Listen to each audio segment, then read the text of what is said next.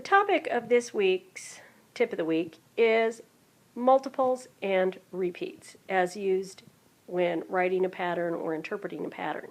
In this particular lace pattern, you can see that there are 3 lace items. 1, 2, 3.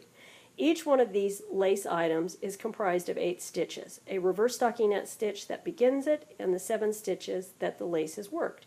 So I have a multiple, 1, 2, 3, and then an extra stitch. So when I look up the pattern for this particular lace, it would say 8 plus 1.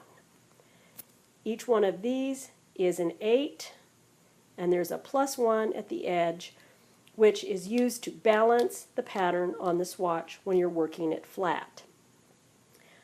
Multiples always refer to the number of stitches it takes to have a pattern go across a piece of fabric. Repeats are the number of rows that it takes to reproduce a pattern. So this particular pattern has a 10-row repeat. Here's a repeat, here's a repeat, and here's a repeat. And there are 10 stitches in each repeat, so this is a total of 30 rows. Now actually, it would have probably been okay to do 36, because if I had worked half of one of those repeats, I would have gotten this nice little pointy job at the top, and that might look a little better. Now the next swatch that I have is a very simple cable pattern.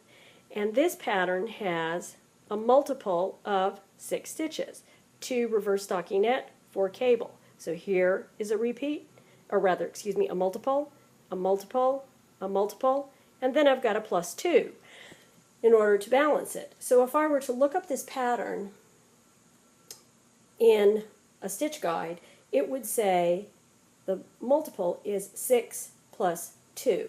And that plus 2 is used to balance a pattern when you're knitting it flat.